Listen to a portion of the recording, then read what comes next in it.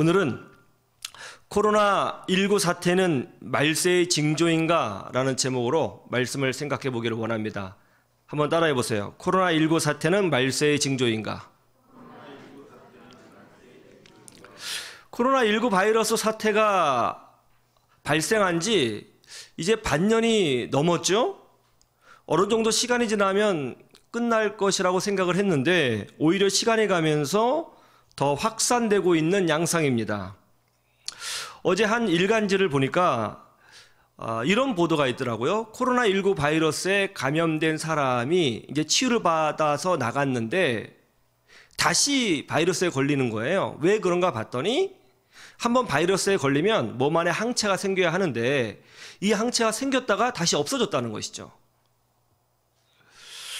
만약 이렇게 된다면 백신 개발에 상당한 어려움이 생길 수 있다는 것을 의미하는 것입니다.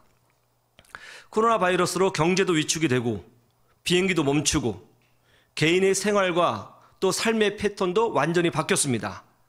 축구장에는 관객이 없이 선수들만 축구를 하고 있고 야구장에도 관객이 없이 선수들만 경기를 하고 있습니다.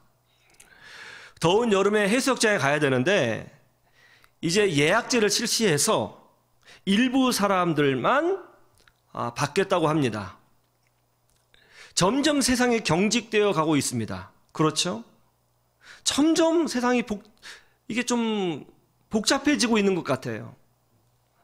이런 현상들을 보면서 어떤 분들이 제게 묻습니다. 목사님, 이 코로나 바이러스 사태가 혹시 지구 멸망의 시작이 아닐까요? 또 어떤 분은 이렇게 질문을 해요. 목사님, 이런 것들이 말세의 징조가 아닐까요? 여러분 어떻게 생각하세요? 여러분 혹시 말세와 종말의 차이를 아세요? 말세와 종말. 많은 분들이 말세와 종말의 차이를 잘 모르고 있습니다. 그래서 우리가 오늘날 이 세상에서 일어나고 있는 현상들을 성경적으로 제대로 보지 못하고 있습니다.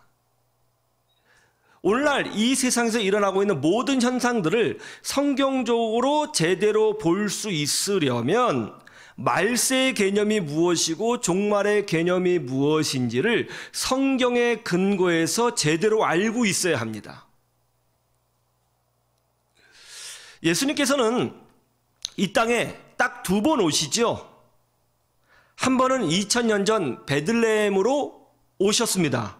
이것을 보통 초림이라고 하죠. 처음 오셨다는 것이죠. 예수님의 초림은 구원주로 오신 것입니다. 아담으로부터 시작된 인류의 죄, 그 죄 때문에 시작된 죽음과 저주, 고통, 이 모든 저주와 죽음의 문제를 해결하시고 인류를 구원하시기 위하여 하나님이 사람의 몸을 입고 오셨는데 그분이 예수님이시고 그때 오신 것을 초림이라고 합니다. 그리고 예수님께서는 의인을 위해서 죽으신 것이 아니고 악인들, 죄인들을 대신하여 죽으셨죠. 그것은 하나님의 요구셨습니다.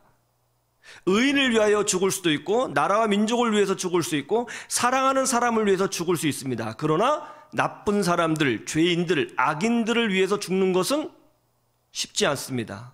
이 부당한 하나님의 요구에 대하여 예수 그리스도께서 기꺼이 순종하셨습니다. 순종하셨으므로 의롭다 승리하셨고 그 결과 생명을 얻어 3일 만에 부활하셨습니다. 그런데 예수님은 우리에게 다시 오겠다고 약속해 주셨어요. 이것을 재림이라고 합니다. 그래서 예수님은 초림으로 이 땅에 한 번 오시고 재림으로 이 땅에 오셔서 예수님은 딱 두 번 오시는 것이죠. 그런데 예수님께서 재림에서 오실 때에는 구원주로 오시는 것이 아니라 심판주로 오십니다. 예수님의 초림은 굉장히 초라한 모습이었죠. 마구간에서 태어나셨고 말 구유에 누이셨습니다. 그리고 헤롯 왕 때문에 도망가셔야 했어요. 그리고 십자가에서 참 처참하게 죽으셔야 했습니다. 그런데 예수님의 재림은 다릅니다. 예수님의 재림은 심판주로 오시는 것이죠. 강력하고 화려하고 하나님의 영광과 권능으로 오시죠. 그래서 예수님의 재림은 은밀하게 임하는 것이 아니고 이 지구에 있는 모든 사람들이 단박에 알고 볼 수 있도록 충격적인 모습으로 오시게 될 겁니다. 그리고 예수님의 재림하시는 순간 인류의 역사는 끝나는 거예요.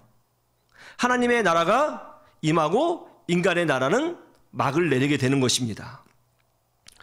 성경에 보면 예수님께서 이 땅에 오실 때 구름을 타고 오신다고 했죠.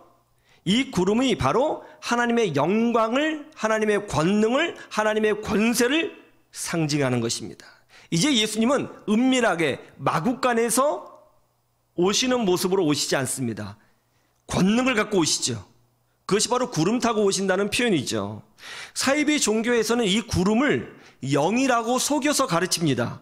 왜냐하면 교주 안에 예수의 영이 재림했다고 가르치려고 의도적으로 말씀을 왜곡한 것이죠. 예수님이 재림하셨다. 그런데 영으로 재림하셨다. 그래서 아무도 모른다. 왜? 영은 눈에 보이지 않으니까. 그래서 초림 때와 마찬가지로 영으로 재림하신 그 예수님을 믿고 따르는 자만이 구원받고 14만 4천 명이 채워지면 드디어 모든 것이 완성된다. 이렇게 얘기를 하는 것이죠. 그럼 묻죠? 그러면 예수님의 영이 어디로 재림하셨느냐? 바로 암흑의 교주 안으로 재림하신 것이다. 그러므로 저 암흑의 교주는 그냥 평범한 사람에 불과하고 총회장이고 가르치는 선생에 불과하지만 실상은 그 안에 예수의 영이 있으므로 보혜사요, 구원자요, 하나님이 되는 것이다. 이렇게 말을 하는 거죠. 그래서 이런 거를 주장하기 위해서 구름을 영이라고 가르치고 구름 타고 오신다는 것은 영적으로 임한다. 그렇게 주장을 하는 겁니다. 근데 생각해 보세요. 예수님이 부활하셨죠? 예수님이 하늘에 올라가실 때 육체를 갖고 올라가셨습니까? 영만 갖고 올라가셨습니까? 그러면 육체를 부활하신 승리의 상징인 육체를 가진 예수님께서 굳이 육체를 천국에 놔두고 영만 오실 이유가 뭡니까? 영과 육이 분리되면 또 죽은 것 아니에요.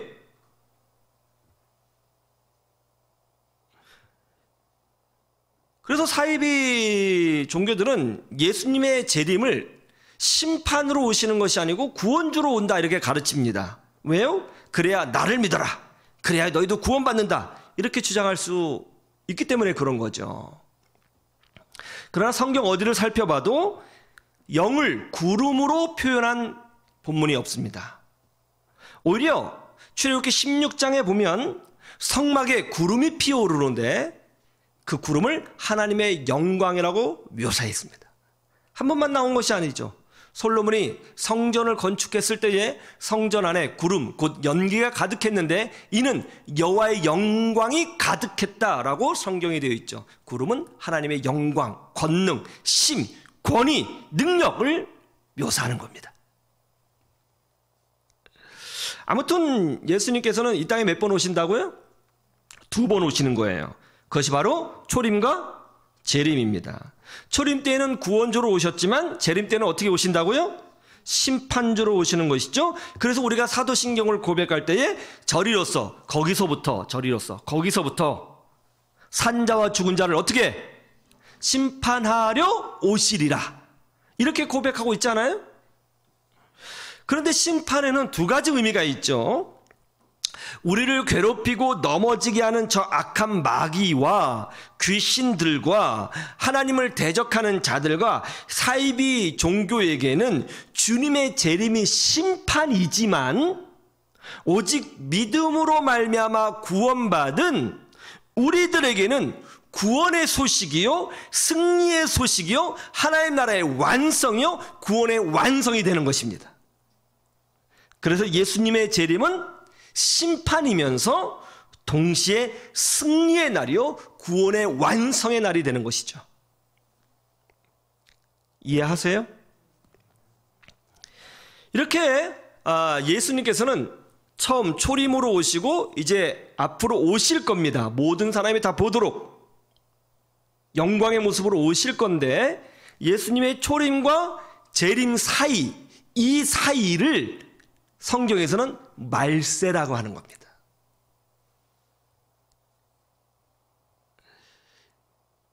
그러니까 이 말세가 언제 시작됐느냐? 2000년 전 예수님께서 이 땅에 오시자마자 뭐가 시작됐어요? 말세가 시작된 거예요. 우리는 지금 어떤 시대를 살고 있어요? 말세를 살고 있는 것입니다. 그러면 종말은 뭐죠? 종말은 예수님께서 재림하셨을 때에 세상이 심판받고 우리 그리스도인들은 상급을 받고 하나님 나라가 완성되어 인간의 역사가 딱 끝나게 되는데, 이렇게 예수님이 딱 재림하는 순간 이 모든 것이 동시에 일어나거든요. 예수님께서 재림하는 그 순간, 그래서 인간의 역사가 끝나는 순간을 성경은 종말이라고 하는 겁니다. 말세와 종말의 차이를 아시겠어요? 그러면 예수님의 초림과 재림 사이, 성경이 말씀하고 있는 이 말세, 이 말세에는 예수님이 재림하시기까지 이 중간 기간, 이 말세에는 어떤 일이 일어나는 것일까요? 어떤 일이 생길까요? 주님께서 재림하시기 전까지 이 땅은 어떤 일들이 벌어지는 것일까요? 여러분, 이것을 우리가 알아야 어떤 이상한 일을 경험해도 당황하지 않고 믿음으로 굳건하게 설 수 있을 것 아닙니까? 그렇죠? 중간에 어떤 일이 일어나는가 이거 알아야 되잖아요. 그래야 우리가 믿음으로 살 수 있어요. 그래야 우리가 흔들리지 않아요. 아, 이런 일이 일어나는구나 이해할 수 있어요. 믿음의 승리자가 될 수 있는 것입니다.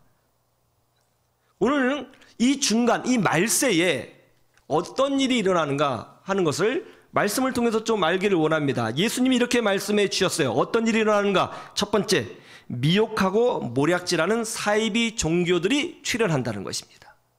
한번 따라해 보세요. 미혹하고 모략질하는 사이비 종교들이 출현한다.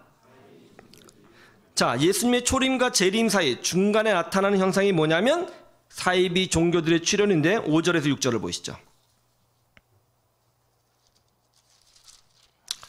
우리 본문 말씀 5절에서 6절 예수님께서 이렇게 말씀하셨습니다. 같이 볼까요? 시작.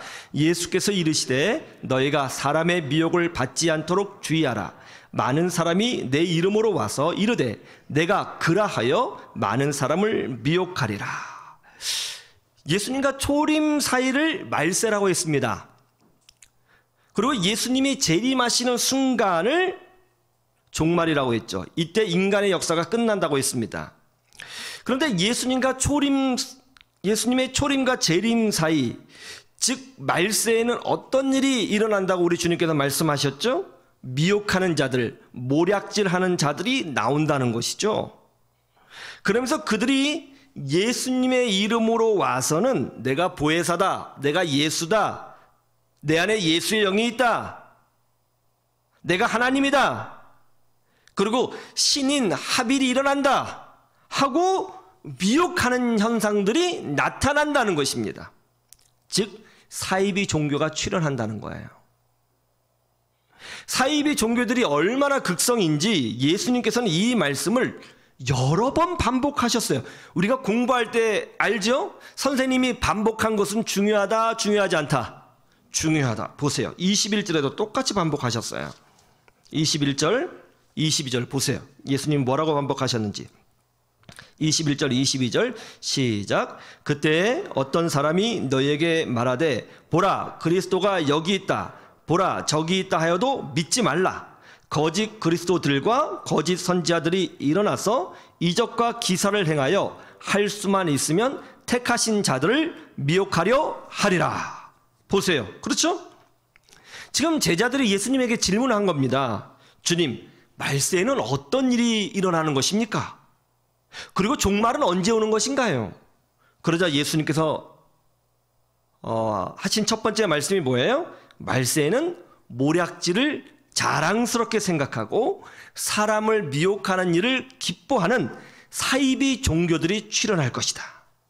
그러니까 너희들은 여기에 그리스도가 있다, 저기에 그리스도가 있다, 저 사람이 보혜사다, 저 사람이 하나님이다, 저 사람 안에 하나님의 영이 들어있다, 예수의 영이 들어있다, 이런 소리를 듣는다 하여도 절대로 믿지 말아라. 그리고 저 거짓 선지자들과 저 거짓 그리스도들은 할 수만 있다면 놀라운 신비한 능력, 어떤 체험 같은 것을 보여줘서 믿는 자들도 흔들 수 있으리라. 그렇게 말씀하신 거예요. 그러면서 뭐라고 말씀하셨습니까? 이런 현상이 일어날 때 흔들리지 말고 믿음 가운데 굳건히 서라는 것입니다. 오늘 한국에 있는 사이비 종교들 한번 생각해 보세요. 놀라운 게 뭐냐면 예수님이 하신 말씀하고 비슷해요, 안 비슷해요? 비슷한 정도가 아니라 거의 똑같죠? 똑같아요. 마치 예수님께서 21세기에 한국에서 나타난 사이비 종교를 보고 계시면서 성경을 기록하고 계신 듯한 느낌이 들지 않아요? 그렇죠? 너무 똑같잖아요. 2000년 전에 예수님께서 이 말씀을 하셨어요. 언제요? 2000년 전에. 여러분 2000년 후에 무슨 일이 일어날 걸 예상할 수 있어요? 예? 2000년은커녕 일주일도 모를걸? 그죠? 2000년 전에 나타날 현상을 우리 주님께서 지금 말씀하고 계신 거예요. 그런데 너무 똑같지 않냐고요. 놀라운 예언의 말씀이죠. 많은 사람들이 이렇게 생각합니다. 아니 왜 하나님은 저 마귀 같은 사이비 종교를 심판하지 아니하시고 그냥 두실까? 왜 사이비에 빠진 사람들이 악행을 저지르는데 왜 하나님은 바로 심판하지 아니하실까? 오히려 왜 잘되게 하실까? 정말 하나님은 살아계시는 거 맞나? 그렇게 생각을 합니다. 그런데 어때요? 우리 주님께서 미리 말씀해 주셨죠.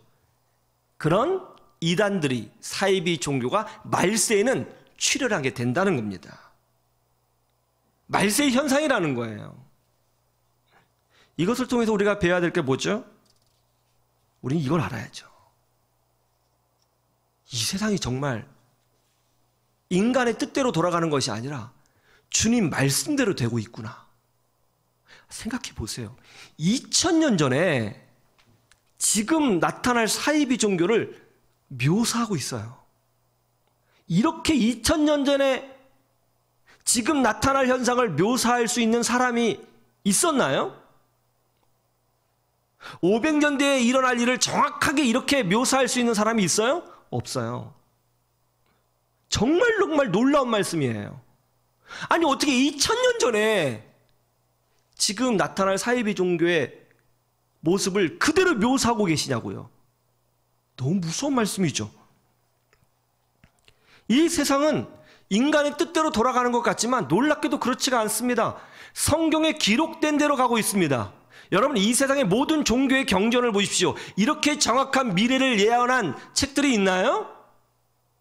이 세상의 경영학, 학문, 교육학, 과학, 물리학, 생물학을 보세요. 이렇게 2000년 전에 2000년 후에 나타날 일을 예언할 수 있는 책이 있나요?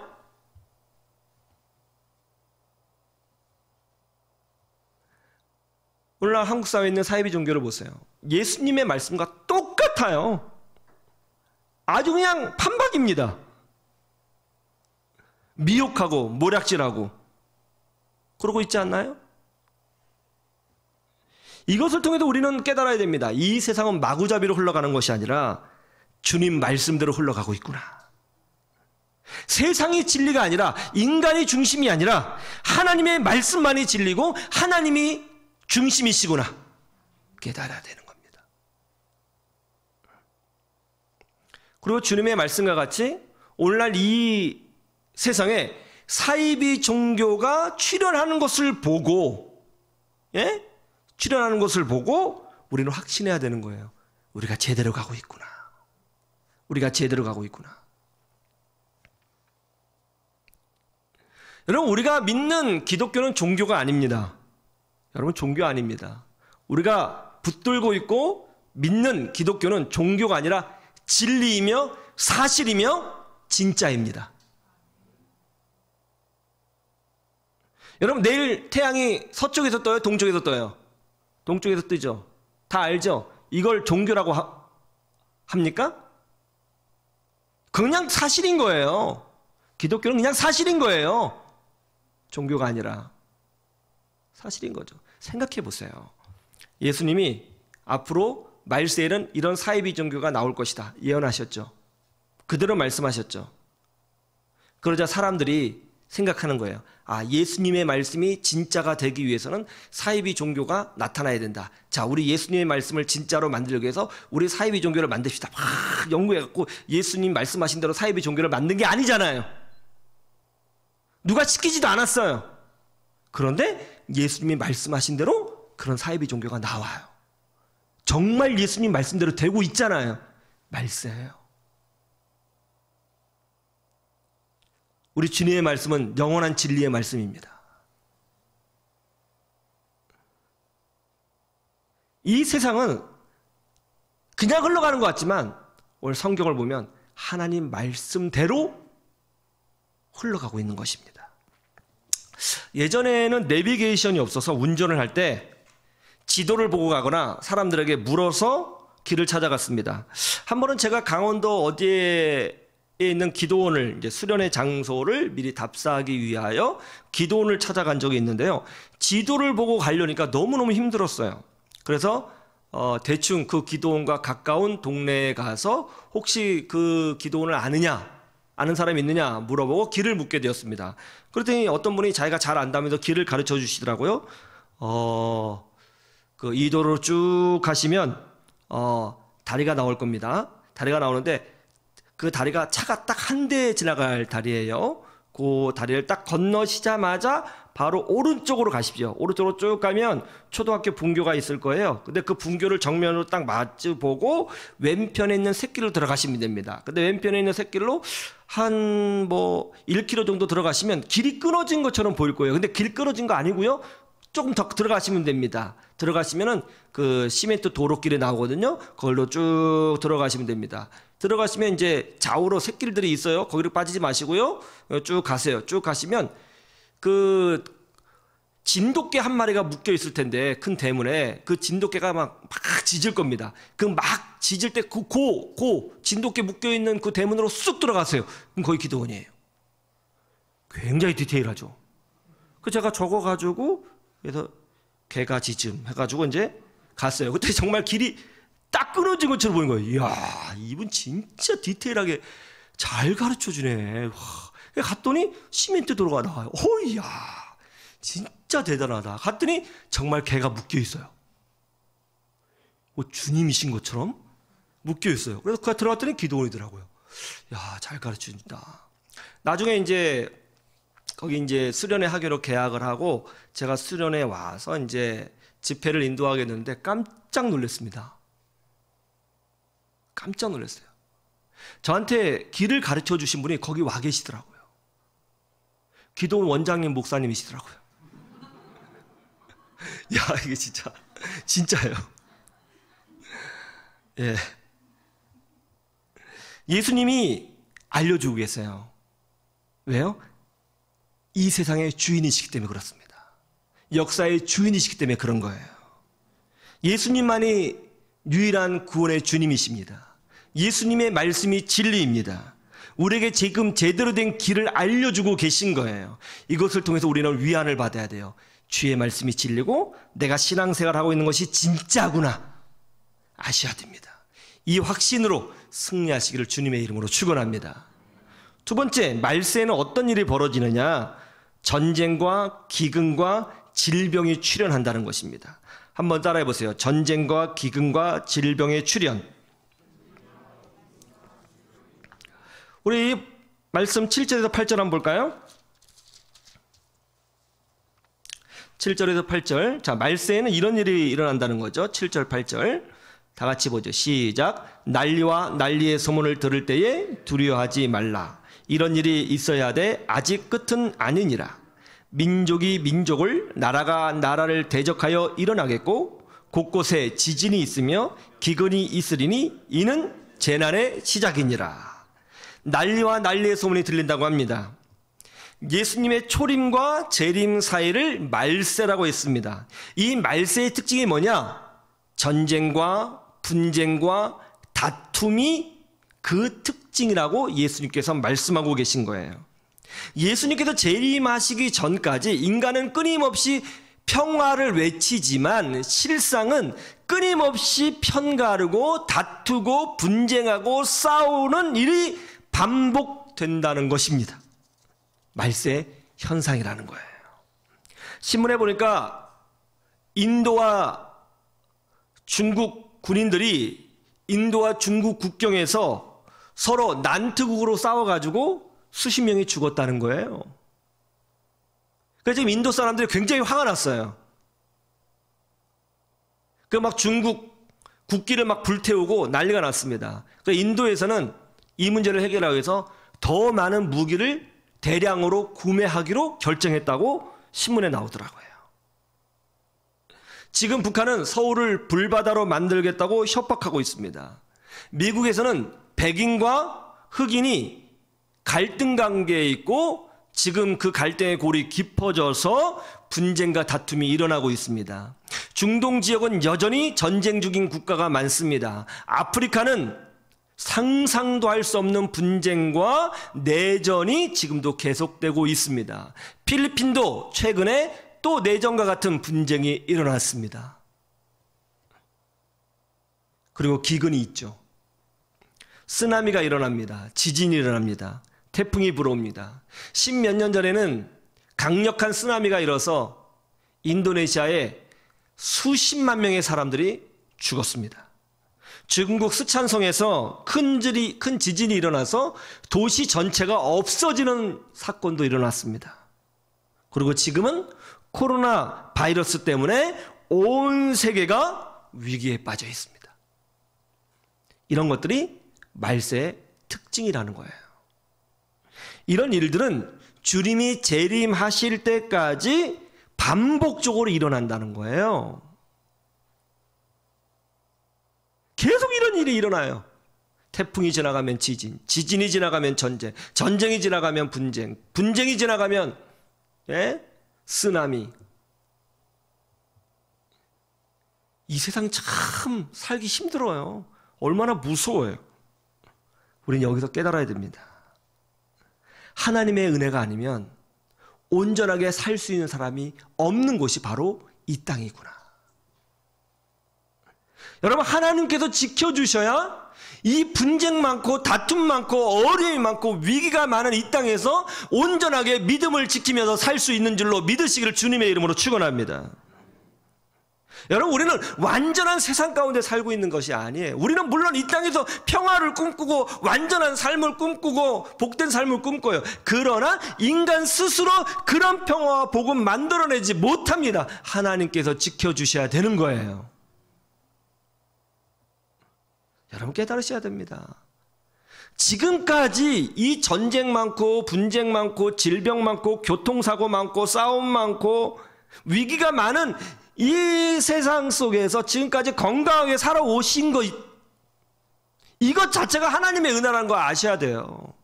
여러분, 지금까지 이렇게 살아온 것 자체가 하나님의 은혜예요. 믿습니까? 그거 아셔야 되는 거예요. 그래서 신앙이 깊어지고 말씀이 깊어질수록 이 세상을 사는 것은 인간의 힘이 아니라 하나님의 은혜구나. 그걸 깨달아서 감사가 많아지는 거예요. 왜 신앙이 깊으면, 믿음이 뜨거우면 감사가 많으냐? 세상을 볼 수 있는 눈이 있기 때문에 그런 거예요. 지금까지 지내온 것 주의 크신 은혜라, 한이 없는 주의 사랑 어찌로 말하랴. 자나깨나 주의 소원이 항상 살펴주시고 모든 일을 주 안에서 형통하게 하시네. 할렐루야. 같이 한번 불러볼까요? 시작. 지금까지 지내온 것 주의 크신 은혜라, 한이 없는 주의 사랑 어찌로 말하랴. 자나깨나 주의 소원이 항상 항상 살펴주시고 모든 일을 주 안에서 형통하게 하시네. 할렐루야. 세 번째, 말세에는 어떤 일이 벌어지는가? 미움과 박해 위기가 온다는 거예요. 한번 따라해 보세요. 미움과 박해 위기. 우리 구절을 보세요. 우리 구절을 다 같이 한번 구절 시작. 너희는 스스로 조심하라. 사람들이 너희를 공회에 넘겨주겠고 너희를 회당에서 매질하겠으며 나로 말미암아 너희가 권력자들과 임금들 앞에 서리니 이는 그들에게 증거가 되려 함이라. 말세에는 어떤 일이 벌어진다고요? 예수 믿는다는 이유 때문에, 신앙생활 한다는 이유 때문에, 오직 예수님만이 모든 세대의 유일한 구원자가 되신다는 그 사실을 굳건히 믿고 있다는 이유 때문에, 교회 다닌다는 이유 때문에 남편에게서, 아내에게서, 이웃에게서, 세상에게서 고난과 어려움을 당한다. 이것이 말세의 표적이다. 그러므로 너희가 이 말세의 고난을 받으면 제대로 신앙생활하고 있다는 걸 알아라. 그렇게 말씀하고 계신 거예요. 많은 사람들이 여기에서 시험에 들죠. 난 믿음으로 살려고 했는데, 난 제대로 가려고 했는데, 난 똑바로 목회하려고 했는데, 나는 우리 가정을 믿음의 가정으로 만들려고 했는데 왜 나를 미워하고 나를 방해하고 왜 나를 질투하고 왜 나를 공격하고, 이런 어려움과 위기에 빠질 때 하나님은 도대체 뭐하고 계신 것인가? 많은 사람들이 여기에 넘어집니다. 그런데 주님이 뭐라고 말씀하세요? 말세의 시대이기 때문에 이 말세는 그런 일이 일어날 수밖에 없다는 겁니다. 그래서 너희들이 만약 박해를 받으면 그것은 성경대로 이루어지고 있는 줄을 알고 믿음으로 인내하고 더 굳건히 싸워서 믿음의 전진을 이루라는 것입니다. 그러면 구원을 보리라. 여기서의 구원은 우리가 구원받는 구원이 아니라 하나님께서 도와주시고 지켜주시는 구원을 말하는 것입니다. 생각해 보세요. 사이비 종교가 출현하고 모략질하고 미혹하고 전쟁이 일어나고 코로나 바이러스가 생기고 지진이 생기고 또 박해가 생깁니다. 그런데 이런 일들이 우연히 일어난 것이 아니라 다 주님이 우리에게 알려주신 사건에 불과하다는 거예요. 그리고 그런 일들이 정말 일어나고 있어요. 우리 주님이 다 알려주셨구나. 정말 놀라운 일이다. 우리 주님의 말씀은 그대로 드러나는 줄로 믿습니다. 그런데 성경에는 이 말세의 현상만 있는 것이 아니고 어떤 말씀도 기록되어 있어요. 이 말세를 살아가고 있는 믿음의 자녀들에게 약속하신 축복의 말씀, 보호의 말씀, 권능의 말씀도 있다는 것입니다. 어려울 때에 믿음을 지키고 감사하고 기뻐하고 주를 섬기고 충성하는 자는 우리 주께서 책임지시고 회복시켜 주시고 놀라운 은혜와 복으로 채워주신다고 하는 말세의 약속도 있다는 것입니다. 주님께서 말세의 현상들을 미리 말씀하신 것들이 그대로 이루어지고 있다면 동일하게 이 말세를 살아가고 있는 우리를 향한 주님의 축복의 말씀들도 반드시 이루어지게 된다는 것입니다. 여기에 우리의 지혜가 필요한 것입니다. 아버지가 아들에게 세상에서 가장 웅장하고 아름답고 화려하고 멋진 집을 지어주겠다고 약속했습니다. 아버지가 아들을 불러서 이야기합니다. 아들아, 이제 아버지가 너를 위해서 집을 하나 건축해 주마. 그런데 건축하는 동안은 아주 혼란스러울 것이다. 네 땅이 공사판이 될 것이다. 그리고 어떤 업자들은 와서 너를 속이고 미혹하고 네가 가지고 있는 것은 빼앗아 가려고 할 것이다. 그리고 그들은 이것이 당신 아버지가 이거 하라고 했어요 하면서 속이려고 할 것이다. 또 때로는 인부들끼리 와서 치고받고 싸우는 분쟁의 역사도 일어날 것이다. 또 때로는 건축하다가 문제도 생길 것이고 때로는 이웃이 시끄럽다고 민원도 낼 것이고 공무원들이 와서 트집을 잡기도 할 것이다. 많이 힘들 거야. 그러나 인내하거라. 이 집은 완성될 것이고 너는 이 세상에서 가장 아름답고 웅장한 집을 갖게 될 것이다. 이 집은 내가 너에게 주는 선물이다. 공사가 시작되었습니다. 그런데 정말 아들이 가지고 있는 땅이 공사판이 되었습니다. 땅이 뒤집어지고 인부들이 와서 물건을 쌓아놓고 아주 복잡하게 되었습니다. 그리고 어떤 사이비 업자들이 찾아와서는 사기치고 속이려고 듭니다. 물건값을 속입니다. 또 하루는 하청받은 다른 인부들끼리 서로 주먹 다짐을 하다가 어떤 사람이 크게 다치기도 하고 또 쌓아놓았던 물건들이 무너져서 큰 손해가 나기도 했습니다. 너무너무 속상했어요. 이거 해야 되는 거야? 그래도 아들은 인내합니다. 그리고 그런 과정에 아버지께 감사합니다. 흔들리지 않았습니다. 세월이 흘렀습니다. 결국 건축이 완공되었습니다. 실내에는 최고급 인테리어와 아주 아름다운 대리석이 깔려있고 멋진 샹들리에가 있었어요. 수영장도 있고 놀이터도 있습니다. 건물 외관은 웅장하고 아름다워서 지나가는 사람들이 사진을 찍습니다. 완공식 날 아버지는 아들에게 이 집을 선물로 허락합니다. 여러분, 이 세상은 지금 하나님 나라가 완성되어져 가는 공사판입니다. 주님이 오시는 그때가 되면 이 공사판이 정리가 되고 하나님 나라가 완성될 것입니다. 그리고 그 나라는 선물로 하나님께서 우리에게 주실 것입니다. 이것이 바로 성경 전체의 요약입니다.